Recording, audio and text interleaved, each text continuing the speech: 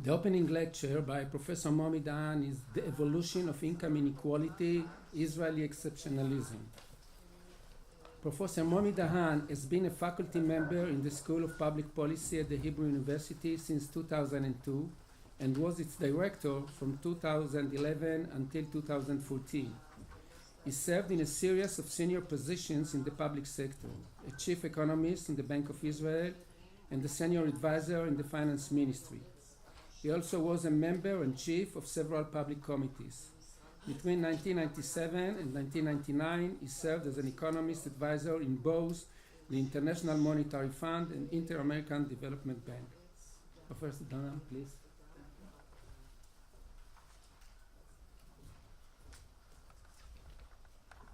Thank you very much for inviting me to start this conference. This paper is part of a larger project which is initiated by Ruben Grunau, Avi Ben Basat, and Asaf Zussman, which is a collective volume on the Israeli economy, and my responsibility is to present the evolution of income inequality in Israel. I think it is a statement to start a conference on mobility by discussing inequality. I think it is very important to discuss inequality and poverty in addition to mobility and not instead of. Inequality is very important to set the right economic incentive to excel, but excessive inequality could have three, I think, major problems that I very briefly mentioned. One is morally. An excessive inequality means that a large part of the population has the risk of having two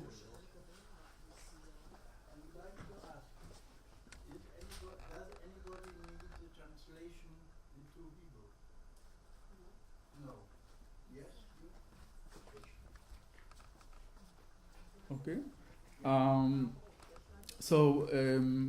The first part that is important is that it might be that too many people do not have the means to have a dignified life. The second thing is about the functioning of democracy. Excessive inequality may lead to dysfunctioning democracy in the sense that the public policy that is shaped is not reflecting the preferences of the public. And the last thing is that excessive inequality could be very harmful to economic growth. So this is why, at least my interest in income inequality. So let's start showing you the facts about Israel and try to explain them. The first fact that I want to show you is the evolution of market income inequality in Israel. And what is new about the evolution of income inequality is that there is a downward sloping part of this inverted U-shaped evolution. And what I'm going to try is to test a variety of explanations that were offered throughout the years why income inequality in Israel went up significantly. But the thing here, we have now a part that is declining, and it is very important in terms of how we explain the evolution of income inequality. The second thing that I want to say before diving into the explanations is that the way I test the evolution or the explanations for this evolution is by using a broad brush view and instead of micro identification or causal identification of what's going on. So it would be very broad, and the second thing is that I'm going to use two measures of inequality. One is market income inequality, and the second is net income inequality. And some of the predictions, the theoretical predictions of the many explanations that were offered throughout the years, has different implications for these two measures. And I hope it helps to sort out which explanations are more convincing. So what I have tried to see is how we can account for the inverted U-shaped evolution of market income inequality. So, sorry. Let me start by some key explanations that are not in line with the inverted U-shape. So, and let me start by maybe one of the first explanation for the rising inequality in the US and elsewhere was the skill bias technological change, which means that skilled worker have better labor market payoff as a result of a very unique way of how the economy grows. But the thing is that skill bias technological change can explain the rising part of the curve, but it cannot explain the downward part of the market income inequality. So it might be still at work, but we need something else to explain the downward or declining part of the income inequality in Israel. The second explanation that were offered, but I must say it is not very popular among economists, but still some people suggested that globalization is the explanation behind the rising income inequality in the US and many other countries. But again, in the case of Israel, nobody really say that there is a reversal in globalization in trying to explaining the declining part that I have shown you in the first graph. The third explanations related to labor market institutions, and by that I mean three different key institutions that have an impact on low skilled workers. One is the labor union coverage. The second is the centralization of collective agreements, and the last thing is minimum wage. As far as I know, there is no reversal in none of these three factors. In fact, there is evidence that labor union coverage continued to decline. The collective agreements continue to decentralize, and I will show you the evolution of the minimum wage that cannot be consistent with with the first graph that shows that we have an inverted U. As you can see from this graph, in the last 10 or 15 years, the minimum wage is about the same throughout all these years. And again, it cannot explain the declining income inequality that we have seen in labor income inequality. Now I move to explanations that are more in line with the inverted U-shape in market income inequality. Let me start by unemployment. In a previous paper that was part of the previous book on the Israeli economy, one of the things that I have shown is that unemployment is a key factor in explaining inequality in Israel. And what is nice about the evolution of unemployment is that it is in many ways follows the inverted U-shape, and I will show you the graph. Now, unemployment should have very obvious effects on income inequality, so I don't have to explain too much why unemployment is important for income inequality. The second thing that is consistent with the evolution of market income inequality is the mass immigration, the wave of mass immigration from the former Soviet Union that started in 1993.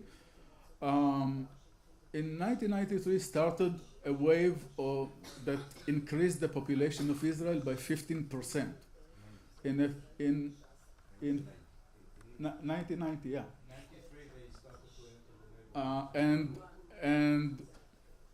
15%, it's a big deal. It's like the US will absorb all the population of France in a few years, so it's a big deal. So the fact that that we had a lot, so many people coming in a very short period of time means that although they had very high level of human capital, in the short run, they in fact compete with low-skilled workers.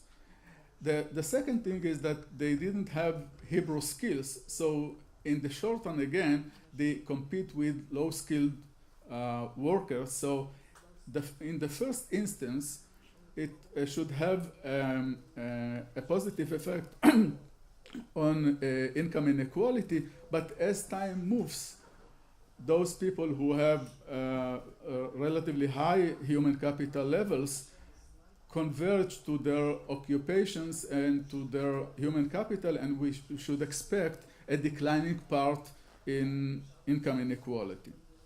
And the last thing is the influx of immigrant workers that again started in the mid-90s. Immigrant workers are characterized by very low skilled, unless they are going to basketball league. There we have talented American players, but in general they have very low skill,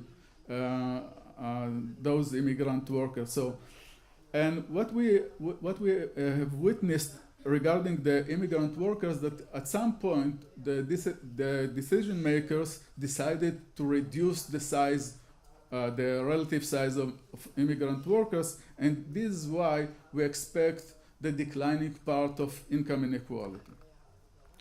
So here is the co-movement of income inequality and unemployment. And as you can see, market income inequality very much followed the evolution of unemployment. So this, at least in my view, is an important factor that we should take into account when we explain income inequality.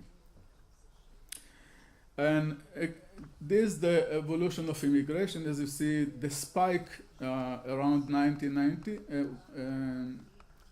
and as I explained before, it should have an increasing inequality in the beginning and then declining inequality in the subsequent years.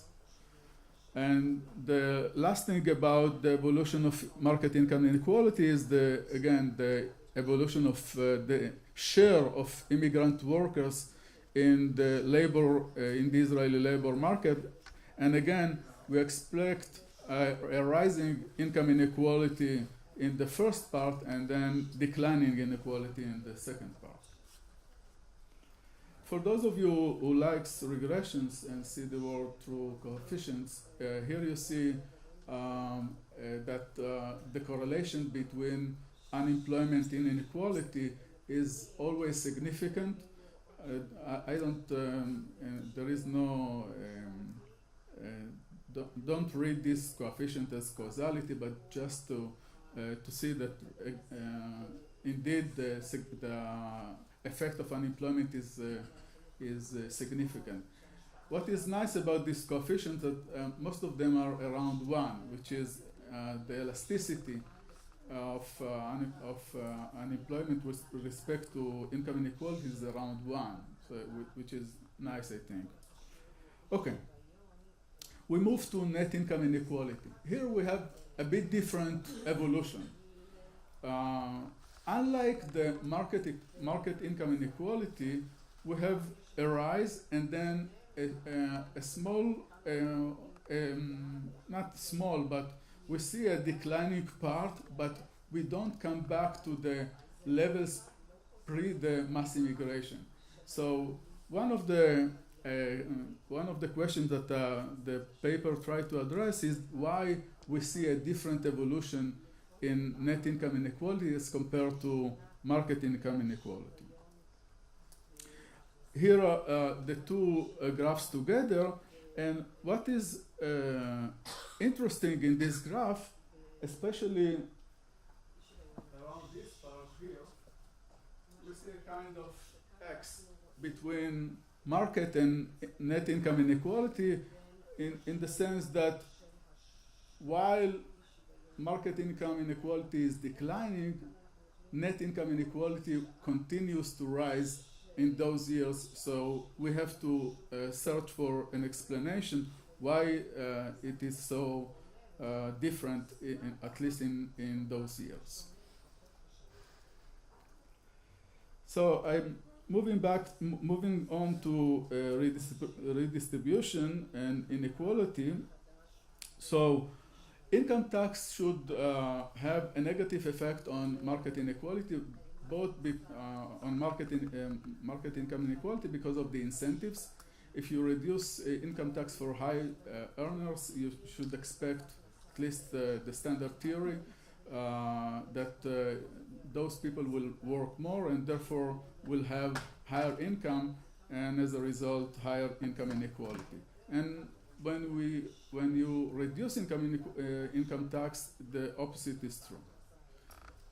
So, and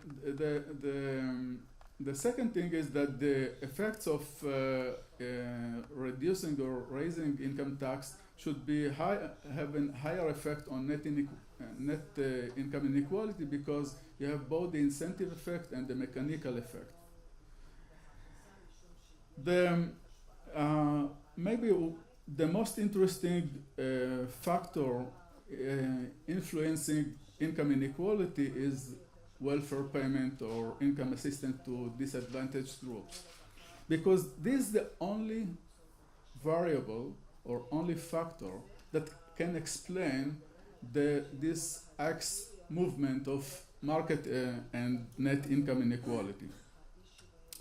In terms of market income inequality, reducing income assistance to disadvantaged group should have a widening contracting effect on market income inequality, and the opposite is true when you raise the income assistance. But in terms of the net income inequality, here we have a very different effect. We should expect an ambiguous effect of income assistance on net inequality, because when you reduce income assistance to disadvantaged group, you have declining income because of the mechanical effect, and you have also the second effect is the incentive effect, which is more people are now expected to join the labor force or work more, and as compared to before.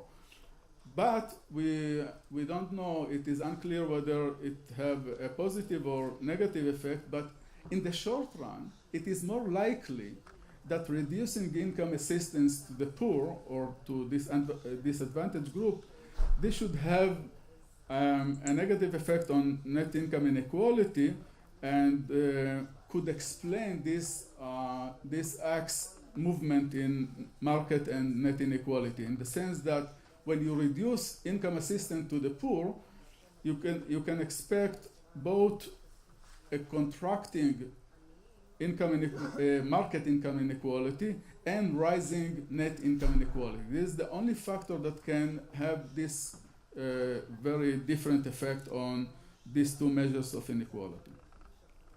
So here are the evolution of the development of welfare generosity index, and for those who, for the Israelis in the audience, they know that in 2003 there was a sharp cut in transfer payments to disadvantaged groups, which is which was very dramatic for some families. It was a reduction of 50% of their 50% decrease in their income. So it was a big deal for those families. So my view following this reduction in income assistance to the poor is that this should raise net income inequality, but at the same time have a declining effect on market income inequality. Let me skip this one. And as you see here, the coevolution of unemployment and net income is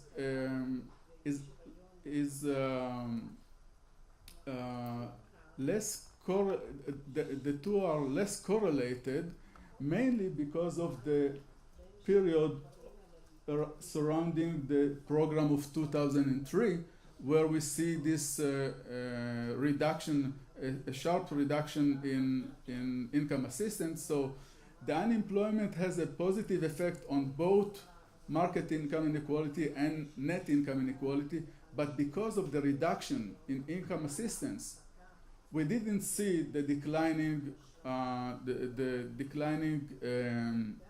part of net income inequality as much as we expected. Okay, I move. מה המצב הזמן?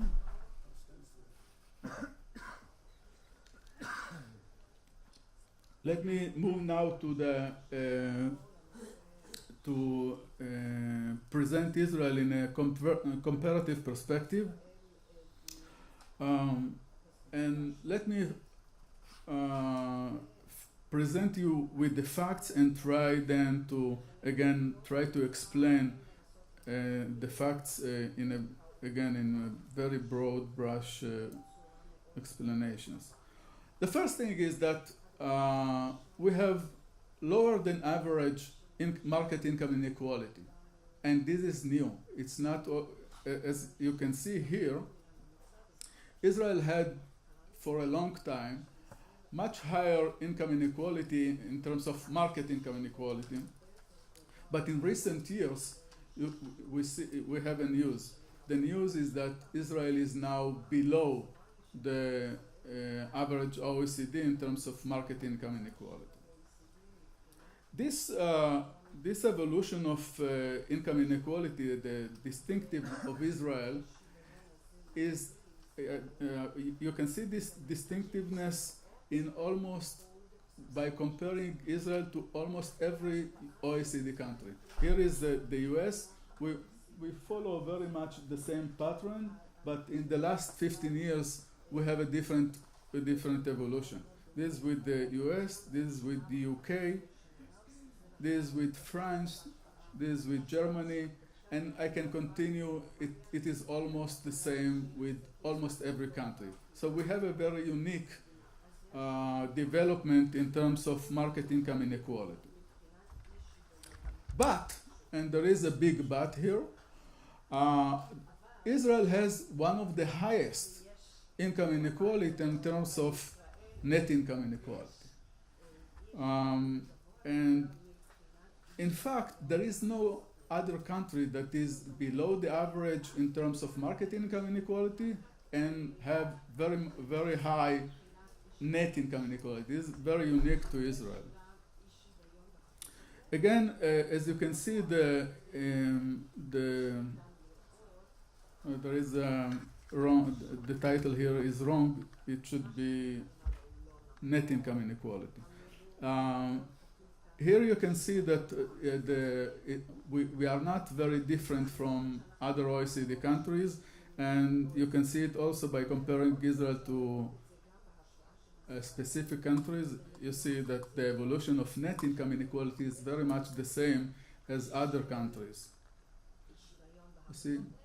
So how can we explain this very distinctive evolution of market income inequality and these two dimensions? One is that we have lower than average market income inequality, while we have one of the highest income inequality in terms of net income. So let me try to wrestle with four different or potential factors that can explain this distinctiveness. One is cultural preferences. We have a group of people, the Orthodox Jews, that I'm not aware of any other group in any other country that stay for relatively long period of time out of the labor force, have very high or large families. The average number of children of Orthodox Jews is around 6 children, which is double the other Israelis, and of course much higher than any other country that I know of. And they spend most of their studies studying religious studies. Okay, so this should have an effect, obviously, on income inequality, because you have this this group with very low income per capita. But the thing is that this should have an effect on both market and net income inequality. So you cannot explain this very unique position of Israel that has lower than average market income inequality and higher than average, much higher than average net income inequality with cultural preferences, because this should have an effect on both these two measures. The other thing that we can say about the Israeli distinctiveness is the restricted opportunities that many Arab citizens in Israel face, both in the labor market and before they enter the labor market. But again, this type of factor should have an effect on both market and net income inequality. So you cannot explain by this factor this different position of Israel in terms of these two measures of income inequality. The third factor is unemployment, and I will show you in a minute how different Israel in terms of unemployment with respect to other OECD countries. And the last thing is redistribution policy. As I explained before, this is the only factor that can explain this different position of Israel. If you have very low income assistance, you might end up with both low market income inequality and very high net income inequality. And let me show you some facts about Israel. And here is the labor force participation. Israel now has higher labor force participation, so part of it is related to unemployment. A standard economic model would show that lower unemployment should induce higher participation rate. And here you see the uniqueness in terms of unemployment. Unemployment was for a long time higher than OECD, and now it is below the OECD, so it should contribute to lower income inequality. But again, this reflects the slow recovery of other countries as compared to Israel from the global recession that we observed in 2007. Here is in my view, the main explanation for the different position of Israel in terms of market versus net income inequality. Israel has one of the lowest income assistance to people or disadvantaged groups. And since 2003, we always had lower share of expenditure on social protection, and now we have even more so in terms of assistance to poor people. And in my view, this is one of the key important factors that explain this different position. Two assisting evidence for that is when we look at the distribution when we look at the distribution of net income, Israel has both higher share of the top decile with respect to OECD average, but the real difference comes from the share of the bottom quintile, which is roughly speaking is the poor in Israel, the lowest 20%. So the fact that we have the fact that we have very high net income inequality is mainly due to the fact that we have here very low share for the bottom 20%, and it is consistent with the very low income assistance that we have here in Israel, helping the very poor part of our society. So let me summarize by saying that what is unique about Israel is that we have very low income assistance, and this is probably the main factor that can explain or could be consistent with both relatively low market income inequality together with one of the highest net income inequality measures. Thank you very much.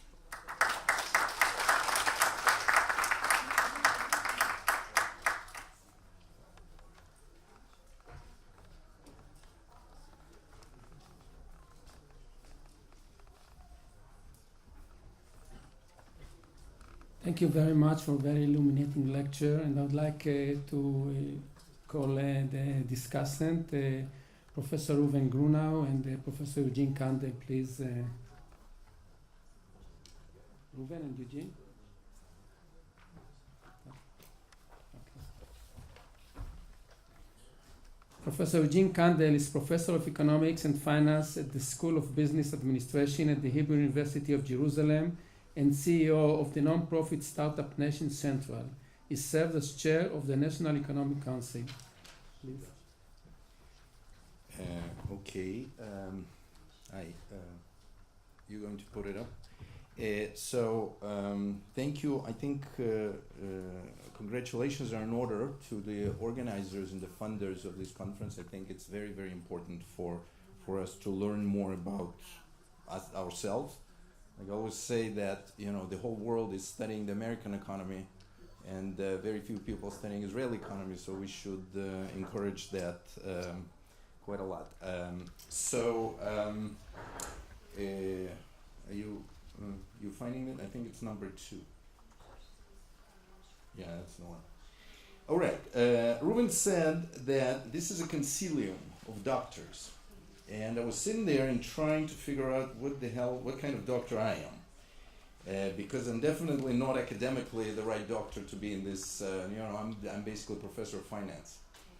Although I'm also in economics department, but most of my work in the last 2 decades was in finance. So I probably not in this capacity. I was policymaker for about 6 years in the government, so I maybe give some perspective, but I thought maybe I'm as a patient. Somebody needs to be the patient in the concilium, so maybe I'll be the patient. And so I'm, and as a patient, and I'm under anesthesia, so I'm going to excuse myself because it was only 2 days ago that I realized that I have this task, so I apologize.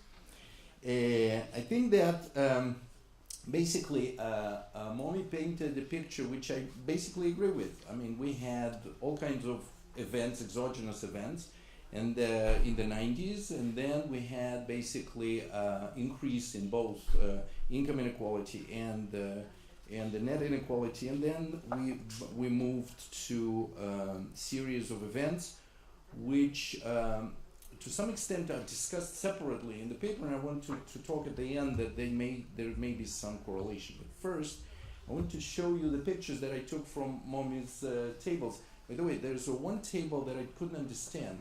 According to one of your tables, there were 400,000 Arab citizens that were added to Israel in 1995, and 300,000 Jews disappeared.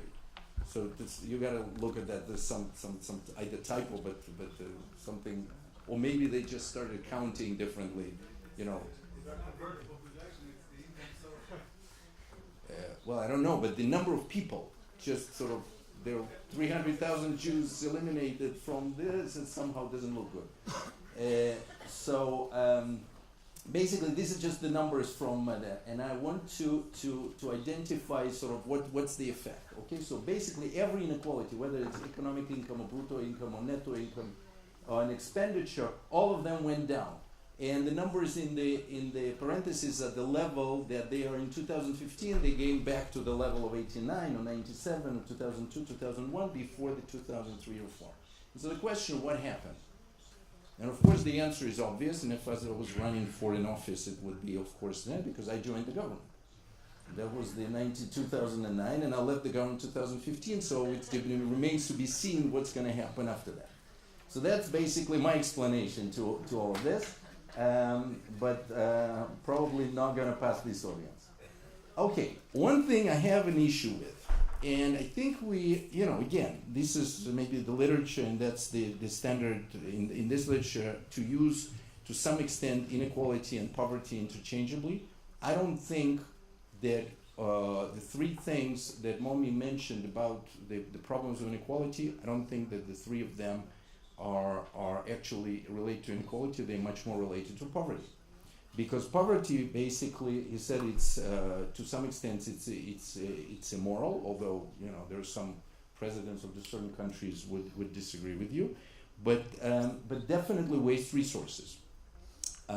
So it doesn't create human capital resources as efficiently as it should be, and it definitely causes political upheavals. Although, as Moshe Shah and others showed, that the poor actually sometimes vote in quite unsurprising directions. So they don't necessarily vote in the directions that you would expect them to vote economically.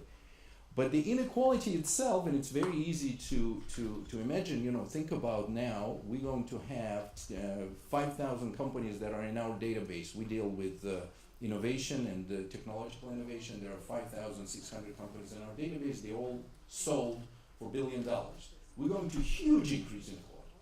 Huge. I mean, it's like it's nothing, because this is concentrated in about 3% of the population. So the 3% of population are going to have enormous economic income. By the way, the numbers here actually underestimate the market inequality, because much of the market inequality that is actually relevant is coming through options and coming through sales of companies, which are not counted here. So Momi in his paper has some piece about inequality in wealth. There is actually, I'm not sure that it's actually been declining in the last of the economy. So this is a little bit misleading, because this wealth is generated not by other wealth but by people's minds, and so in principle you can count that as an economic income. So inequality, I don't think that it's economic per se, it's immoral. It's definitely not necessary for inequality to lead to economic to slower growth, but I do think that the poverty is definitely have to do with those issues. And actually, but what's interesting, in my opinion, and again, it would be an interesting study. It may be that inequality actually leads to larger political impact, because inequality, people who don't like inequality are the middle class, because the poor do not compare themselves to the very rich. The middle or upper middle class actually compare. So it's an interesting, and these people are actually much more active politically, much more influential politically. So you might actually have an interesting feature here that inequality can have larger political impact. Don't know the answer to that interesting question. Markets and inequality, we know that Ezra the prophet 2,500 years ago knew that markets lead to inequality, had some emotional responses, and this is very dangerous to have emotional responses. He was so emotional that he put this in religious prescripts. It's like Yovel and Shemitah, which means that you have to sort of forgive all the debts, etc. Didn't work out. I mean, it basically killed all the lending market. So the old Hillel realized that and sort of created a very innovative way to go around it. So this is not a new issue. Definitely not a new issue in this country. The one point I want to say is that countries deal with inequality very, very differently.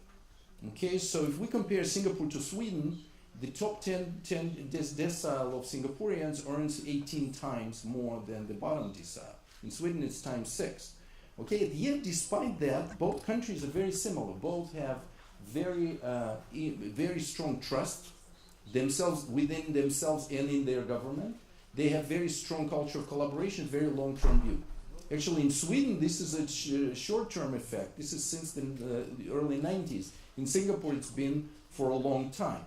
So if we're asking whether the inequality leads to lower economic growth, let's look at that. Okay? In 1990, Singapore and Sweden were roughly the same GDP per capita in PPP terms. Today, it's $86,000 versus $40-something thousand. Okay, so it's definitely not.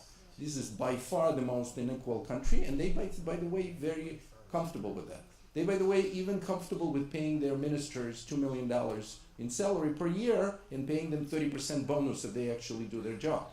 So this is you can live with inequality and actually live not that badly. By the way, in 1960 we don't have the PPP numbers, but Sweden was like 4 times of higher GDP per capita than Singapore. Singapore was a very, very poor country. They actually came to Israel in 1965, learned what we do, and actually improved it quite a lot.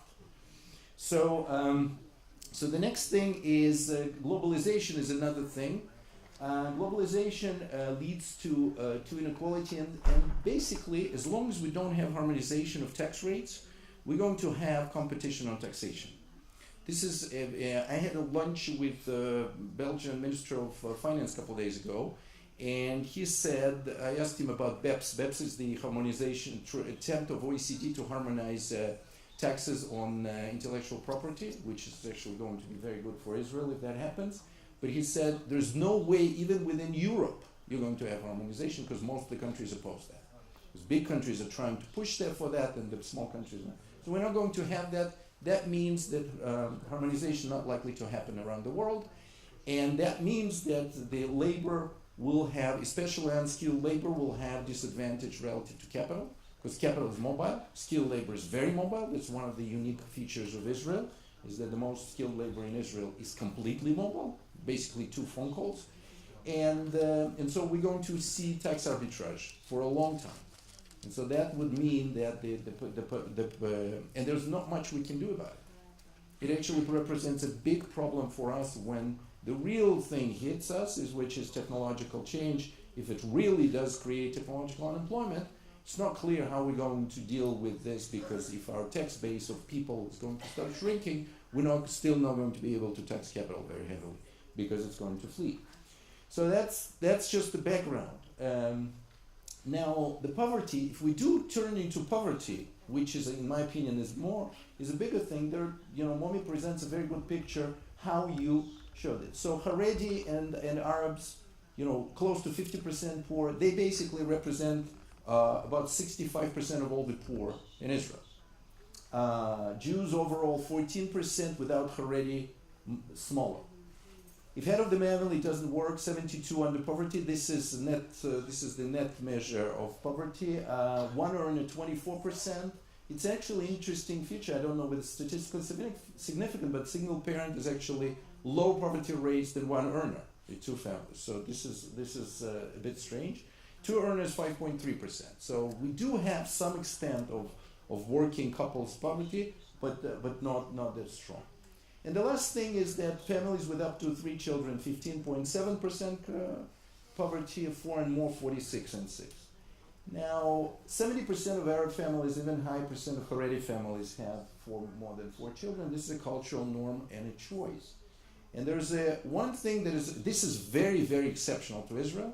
6.6 children in Haredi family is the rate of growth of Haredi population is unprecedented in the world history, because they have the first world medicine and the 17th century birth rates that basically generate enormous growth. They are now almost 11% of the population. They're going to be 17 in 2030. Okay? And that creates one other feature that Momi, I think you should add, is that Israel has a very strong correlation, negative correlation between the income of the family and the number of children in the family, which creates a huge push towards additional inequality. True, it creates both on the market and the income. Now there is a dilemma that I want to put on it. Even in the poverty, there is some problem with standardized person statistics. It's actually I'm almost done. It does give us a dilemma, because if you have poverty by choice, for example, if you choose not to participate in the labor force, if you choose not to acquire human capital, if you choose not to have many children, I'm not sure that it's easy to explain to other people whether it's a moral obligations of theirs to support all these decisions. So I'll give you just a very quick example. In the classroom, I once gave an example of that. How do we deal with inequality? And everybody, asked everybody, should we deal with inequality? They said, yes, of course, it's the most important thing to do. And then I said to them, okay, here's the income and the number of children in the family, the same income, which decile of income per standardized person you're going to be. So basically, we have to support the children. And at the end of the day, were you willing to support the children? Half of the class said, no, this is not the part that we're willing to support, even if it reduces inequality. So it's just one little example, but it just illustrates that it's not necessarily moral obligation. And I don't know the answer to that, but it's not an obvious point when the choice is behind the poverty. By the way, the Haredi population, Momi mentions it, and it's been constant surprise to OECD. Yeah, I'm done. That it's the happiest population in Israel. It's the poorest one and the happiest one. So basically, I'm going to skip this. We have to deal with these problems. The only last sentence that I'm going to say is that in 2003, we were on the brink of financial crisis.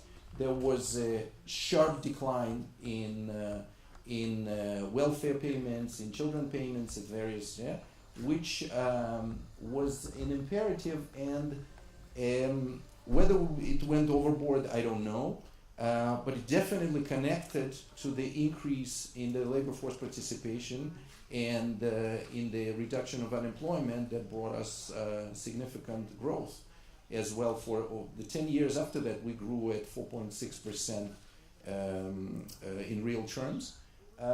So maybe these two things are connected. What I'm worried about is that if we want to do things well, and we cannot emulate Singapore, and I don't think we should, let's try emulating Sweden rather than Spain.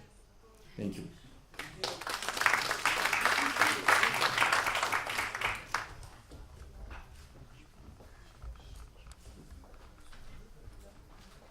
Thank you, Eugene. I'd like to invite Professor Reuven Grunau. Professor Reuven Grunau, the conference director and chair, is an emeritus professor of economics at the Hebrew University of Jerusalem. He serves as chair of the Public Council for Statistics and the Bank of Israel's Monetary Committee. Thank you.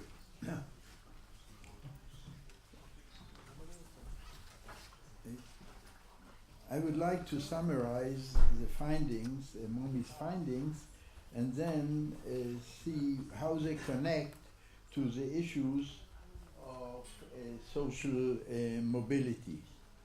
So, what does Momi tell us? We are the champs. When it comes to net incomes, Gini coefficients, we are at the top. Furthermore, we can't blame the Arabs. When we look at the Jewish distribution of income, we still are at the top. On the other hand, not everything is bad. When we look at the gross income distribution, we are below the OECD average. How, and that happened over the last 10 or 15 years. The crossover point where we became below average was 2011, and the question is, how did we get there? So the first thing we have to notice is that the number of people who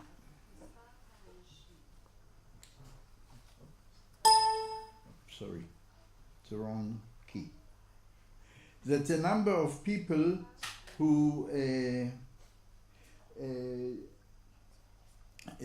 are not working declined sharply in the period 1997 to 2013, whereas early in the period there were about 30% out of the labor force. In 2000, at the end of the period, there were only 1/5 of the people who have not been working.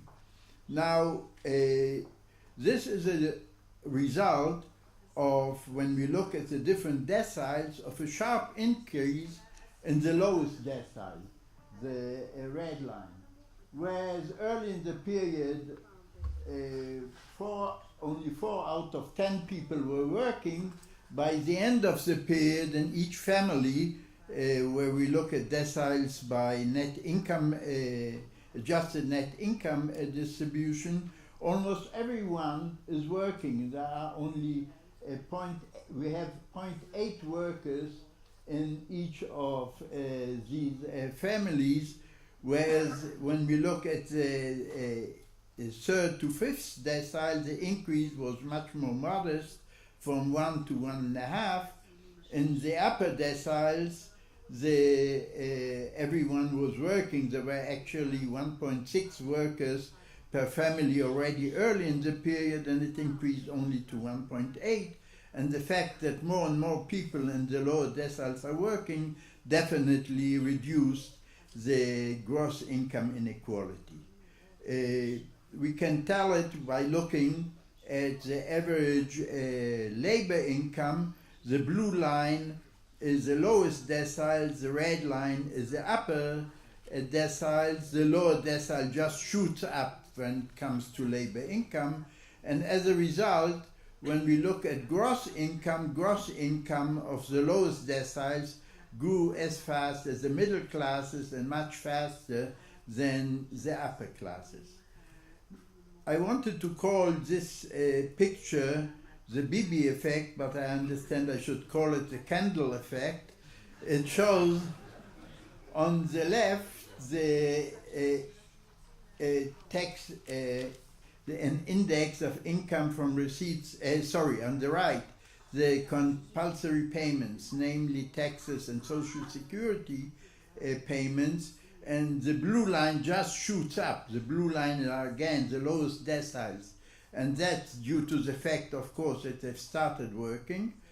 We have some reduction up to 2009, and then it goes up again.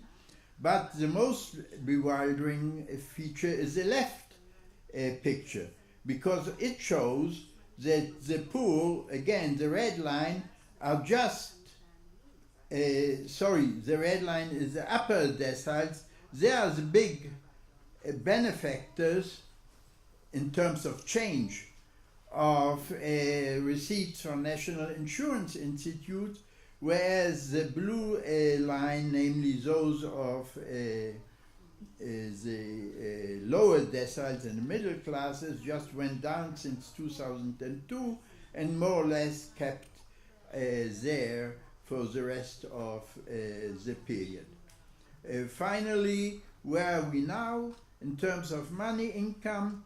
The blue line, again, the lower deciles have been doing slightly less well than the upper deciles, but the big winners are the middle class. But I wanted to show some other features which I thought are relevant for income mobility. The first one is looking at wage discrepancy by sector. And there we see, when we compare it with the average, which hasn't changed much over the years 2000 to 2010, we see that those who were above the average are the winners, and those who were below the average are the losers. On top of this graph are the water and electricity, people working in the water and electricity services. You'd ask why? The answer is clear, because these are government monopolies who protected their workers from the wage erosion. They were twice the average early the period and 2.5 erosion times the average at the end of the period. The bankers, who were second in this graph, did very well till they were hit by the world economic crisis, when wages started going down. The third line from the top, the blue line, is interesting because these are public administrators. They were able to raise their wages in the years 2000 and 2002 and more or less keep stable in terms of the differential from the average. It's interesting because the people for whom they decide the wages, namely people in public services, in education, in health, in social work, in community services, they all lost. They were below the average and they lost over time. So this is more or less a picture when it comes to industry. When it comes to the wage differential by schooling, it was more or less stable compared with the average. If there was some change, there was a slight increase in the differential between those who had academic tertiary education and those who had less in it, and a narrowing of the gap differential between those who had high school education and those who had only elementary education. Finally, when it comes to occupations, we see two phenomena. There was an excess supply of managers, and therefore their wage went relative to the mean went down. There was an excess demand for professionals, and therefore the wage went up, and the rest of the occupations who are below the mean more or less kept stable. But this is only part of the story, and that's why it's relevant to the rest of our discussion, because it is found in other studies that the mean tells us only a small part of the story. The major part of the story, the major source of increase in wage dispersion, is the increase within group dispersion. In the age group, in the schooling group, and the occupation group, very similar to what is happening in the United States and other places. Schooling has lost, therefore, much of its signaling value.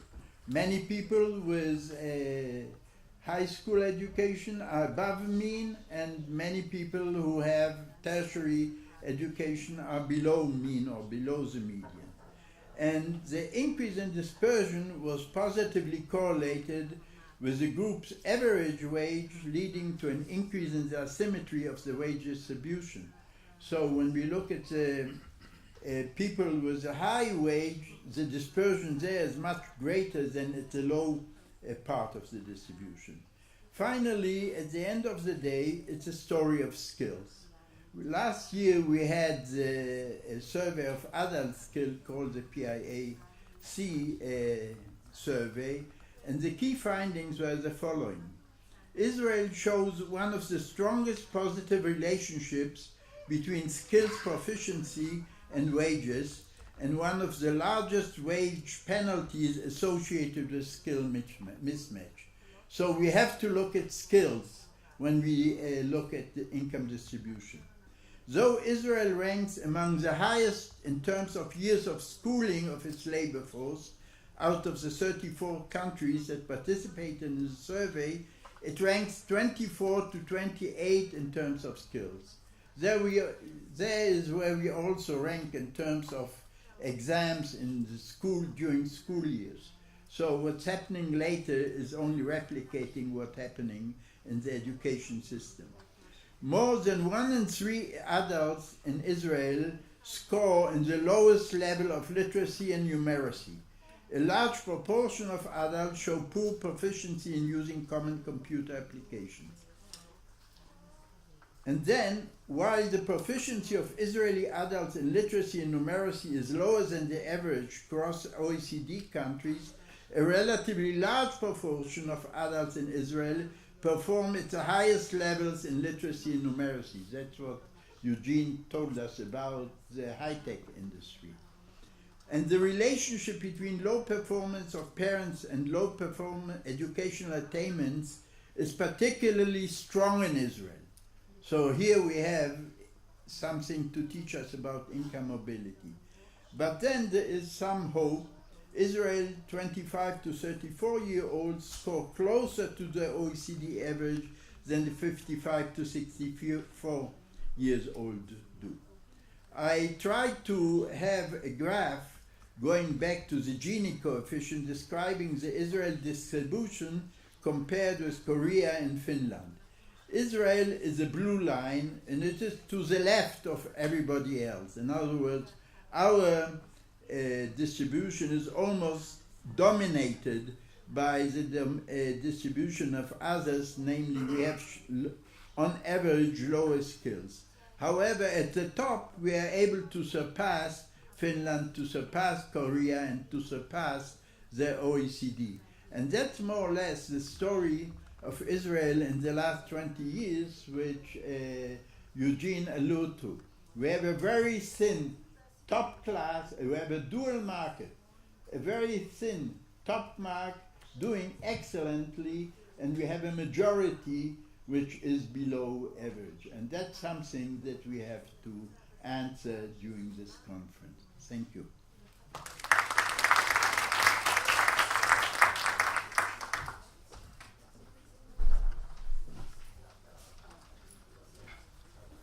We have a few minutes for comments and a question from the floor. Yossi asked, please. First of all, I have two comments. One is that a lot of these measures of inequality are based on... You can hear me. Okay.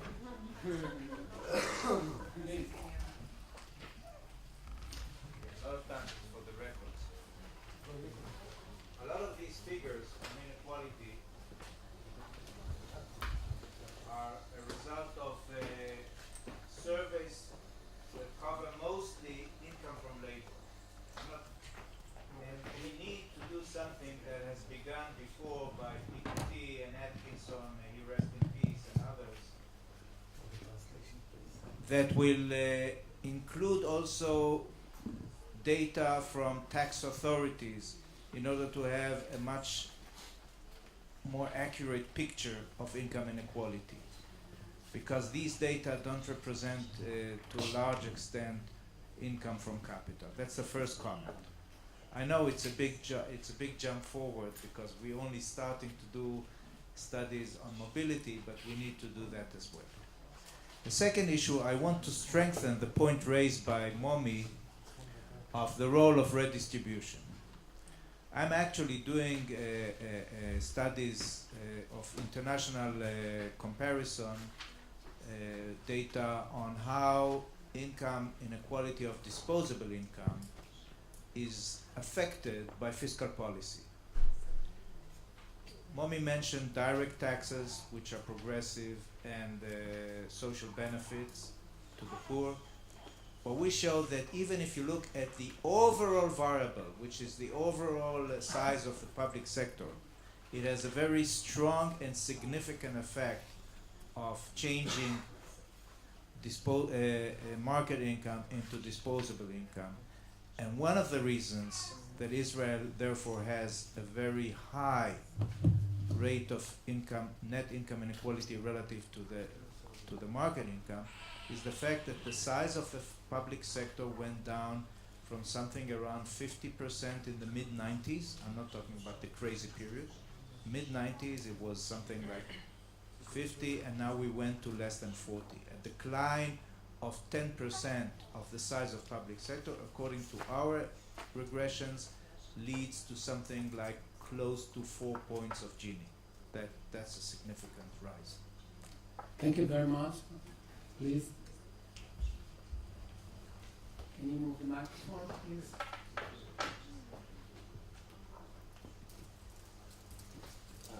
Thanks for the interesting presentations. I have a couple of questions and comments. The fact that the Gini coefficient for net income is greater than the Gini coefficient for market income implies that the redistribution is regressive, which is really remarkable. Even in the US, we have a regressive tax and transfer system. So it's not just that the system's become less progressive, but it's actually become regressive. And I'm curious, what are the elements that are regressive? Is taxation regressive or the transfer system regressive?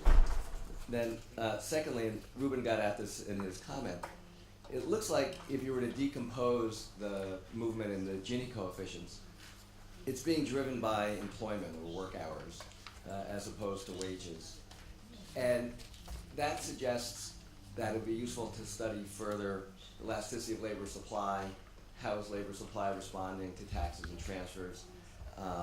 You need a pretty big elasticity of labor supply, I think, to explain the movements in the Gini coefficients. And then lastly, I would suggest doing more work trying to decompose the role of immigrants and native-born Israelis. Given the large influx in immigrants, how much of the movement is between groups or within groups, given the large changes in the composition of the workforce? Thank you. Can you move the microphone to Professor Campbell, please? I think there may have been a misunderstanding. The economic Gini is still much higher than the net income Gini. It's just that they crossed in a sense of like 100% in the directional. They didn't cross in absolute values. Yeah, they were on different scales, so they didn't cross in absolute terms. No, yeah, just it's one of them is 4.7 and another one's 3.3, so it's very progressive still. Thank you. Please, Aliza. Since Yossi has raised the problem of the data, we are forgetting that the reason Please raise your voice, please. we are forgetting that one of the reasons why there is such a low income of the bottom quintile in Israel is that we don't have data about it. We don't have mandatory tax reports, and we know that most of the Haredim are working. They just do not report when they work. And when we will get mandatory tax this is the main difference between Israel and some of the OECD countries, is that we don't have at all data about it. And there is a suggestion in Israel now that there should be mandatory tax report, and that if we use the theory of Dan Ariely, writing on the first page of it, the 10 Commandments, then maybe we will get much better data. Thank you. Are there more questions, comments? Oh, please. So, I mean, so speaking from an American perspective, I mean, if there were political scientists, Please. okay, yeah, but if there were, so that the point was made, but there's a distinction between poverty and inequality in terms of maybe their moral character, and again, if there were political scientists in the room who were talking about the United States, one of the things that they would argue is that the rise in inequality has had an impact on the polarization of American politics, which has created gridlock in our system and which is reducing public investment in universities and schools and highways and things like that. And I don't know if that applies to the Israeli context, but I mean, there can be other contexts of inequality that are bad for society. Thank you.